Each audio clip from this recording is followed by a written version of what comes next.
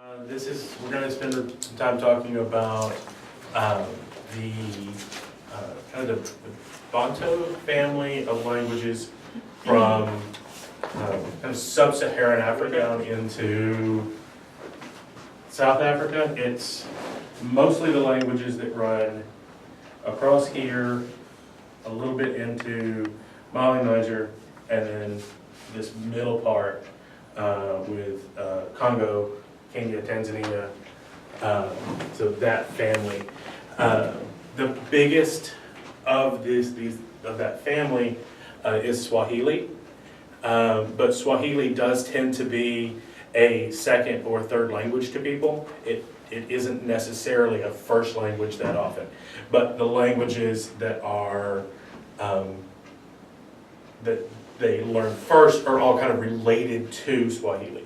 So it makes it a little easier because they're all kind of grouped together. They have a lot of similarities. So we're going to look at some of the common problems and things that you need to look at whenever you're working with somebody of that language group.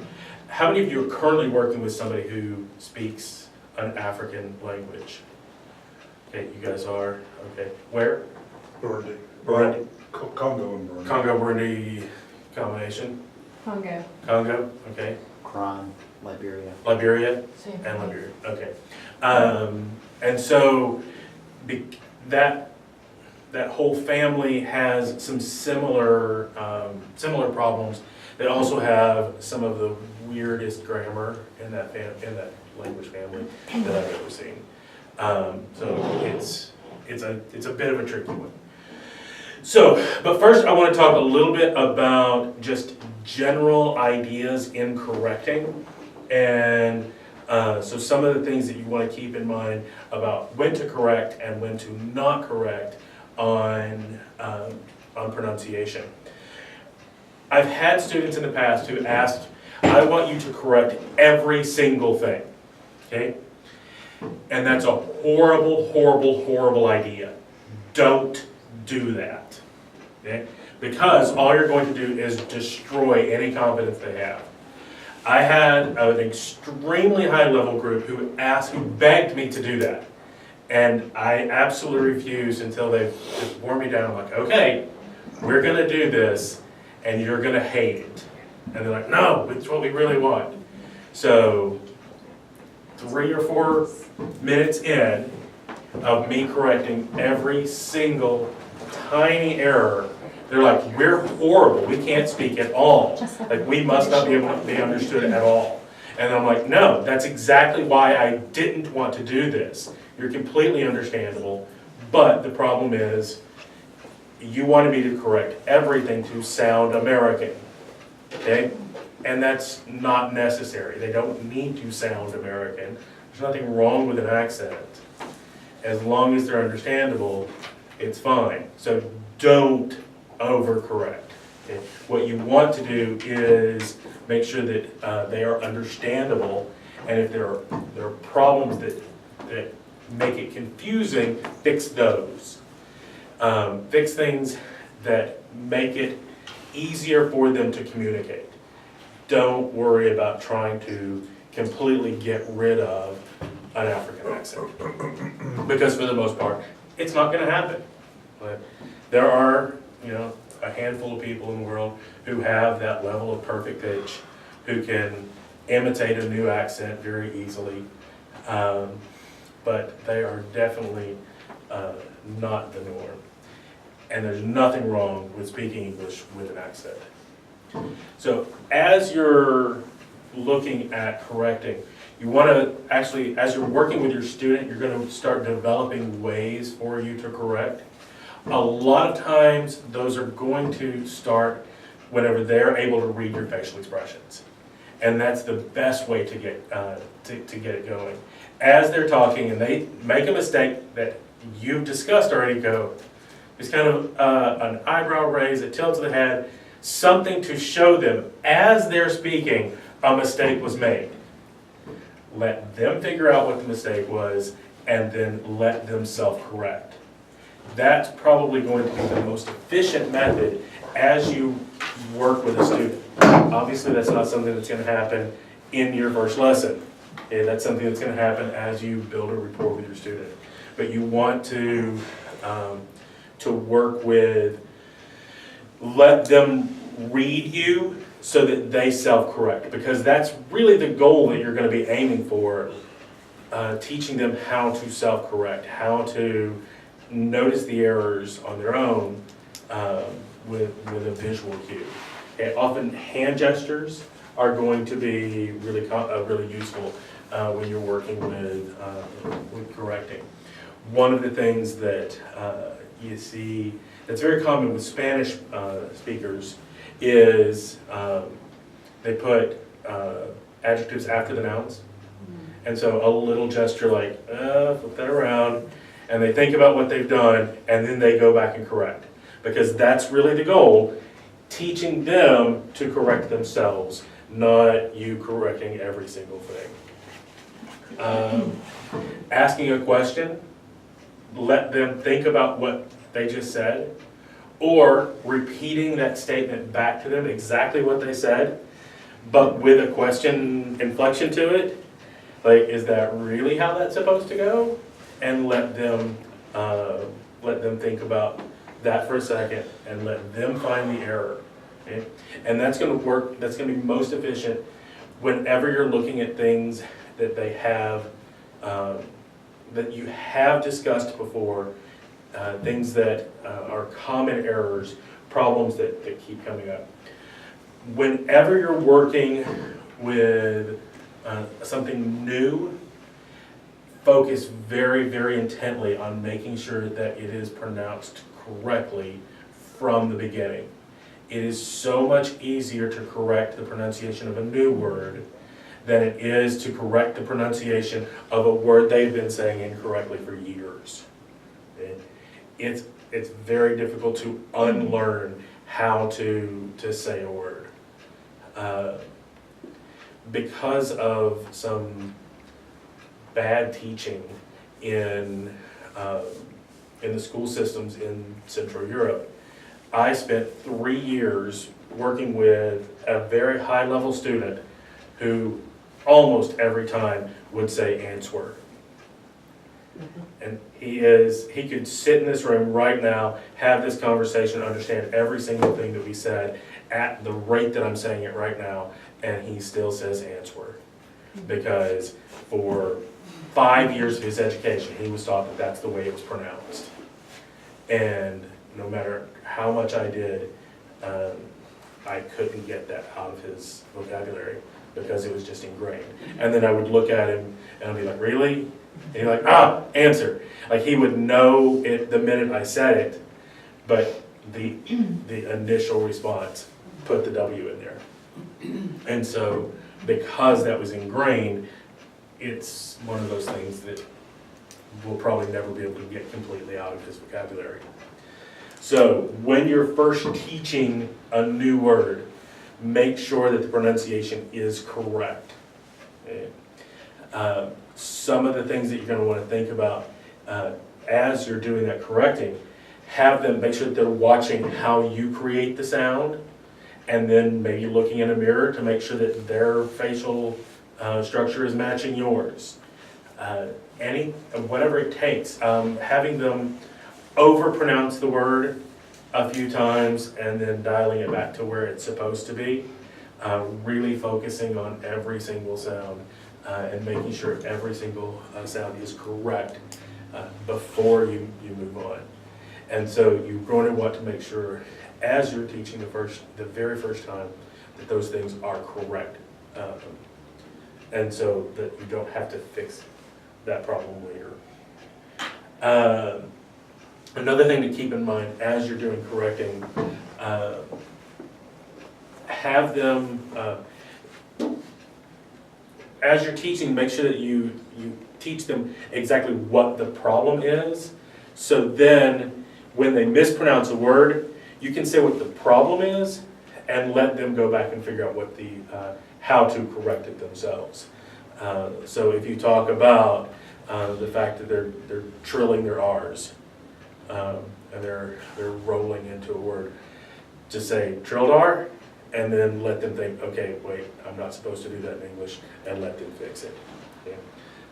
But I guess you probably are noticing that all of the hints I'm giving you are things about how to teach them to correct themselves, not you correcting them all the time. That's going to be the most effective way of getting it ingrained in what those corrections are.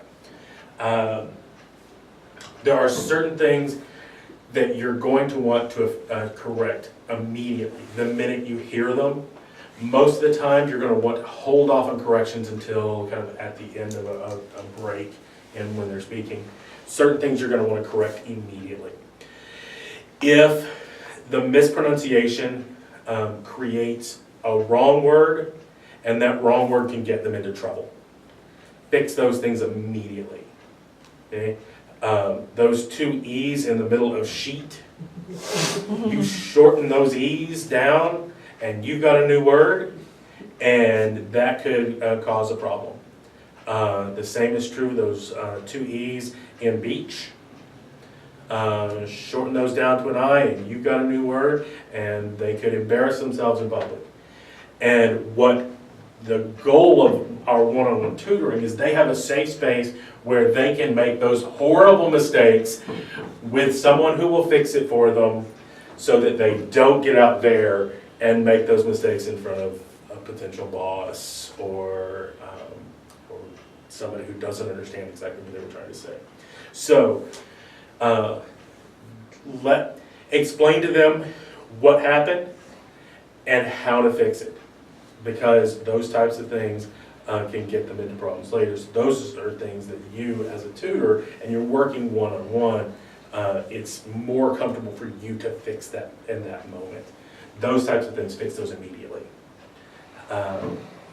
And those E's are a problem, because a lot of languages don't really pull an E the way we do.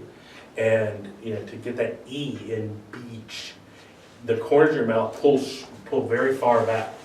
It is much more to the front of the mouth, and E pulls back. And really physically have them pulling the corners of their mouth back, E, for that B, and they should feel a difference. And if they're not feeling that difference in their mouth, they're probably not making the sound correctly. And so have that really, that's a good time to talk about what your facial muscles are doing. Also, if the purpose of that day's lesson is all about pronunciation, then really focus on how you pronounce every single word and really hit those high points. If the focus of that day's lesson is reading comprehension, if there's a huge mistake that affects comprehension or it's a brand new word, then fix those.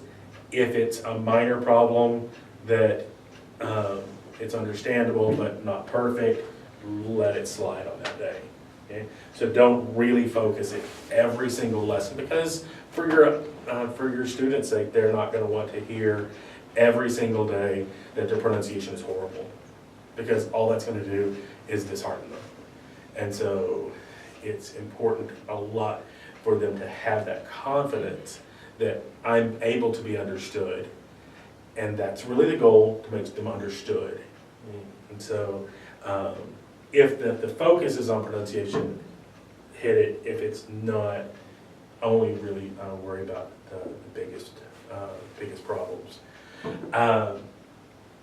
There are going to be those words that are just ingrained, or those problems that are ingrained in their from their first language, and they're going to be really, really tough for you to work on.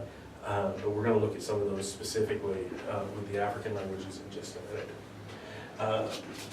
What I've also included in this packet is a little chart that will help you see where vowels are made in the mouth.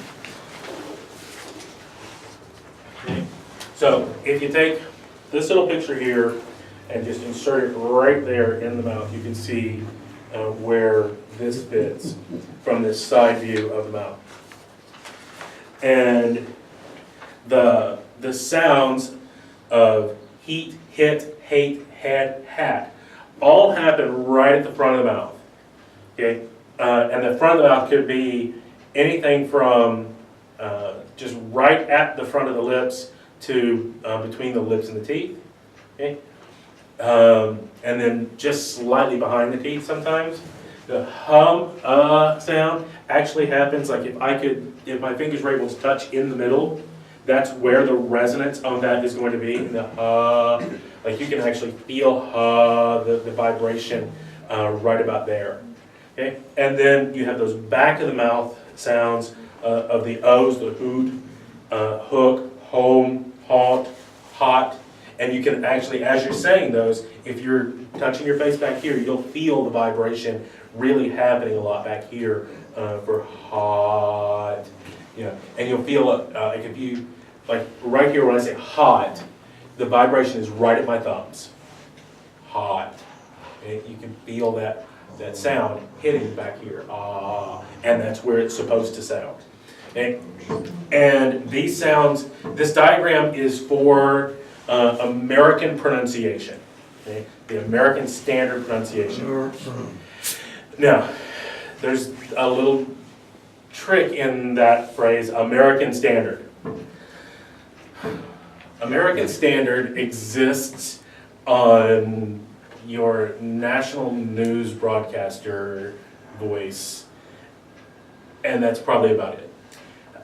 Because almost everywhere else has a regional accent attached to it, and so sounds migrate and within the American accent, and then if you put in like an Irish accent or a British accent or an Australian accent, they all rearrange. So this chart works really well for an American Standard accent, which is probably the best target, if you will, because trying to get your African speaker to speak with a beautiful Southern dialect is unlikely. And it's also harder to actually measure, but it's a tricky one. But I did have all my Slovak speakers saying ain't, so I was really happy with that. My friends from around the world who were also teaching there did not enjoy the fact that my students said ain't, but I thought it was fun. What word? Ain't. Ain't, okay, that's what I thought you Yeah. said. Sure. Yeah. Ain't's good. Ain't, yeah. So I had to get a few of those little southern words in there just for my own amusement. But the British boss was like, "Why are you teaching them that?" And I'm like, "Because it's a good word." But but for the most part, you're going to try to aim for that American Standard.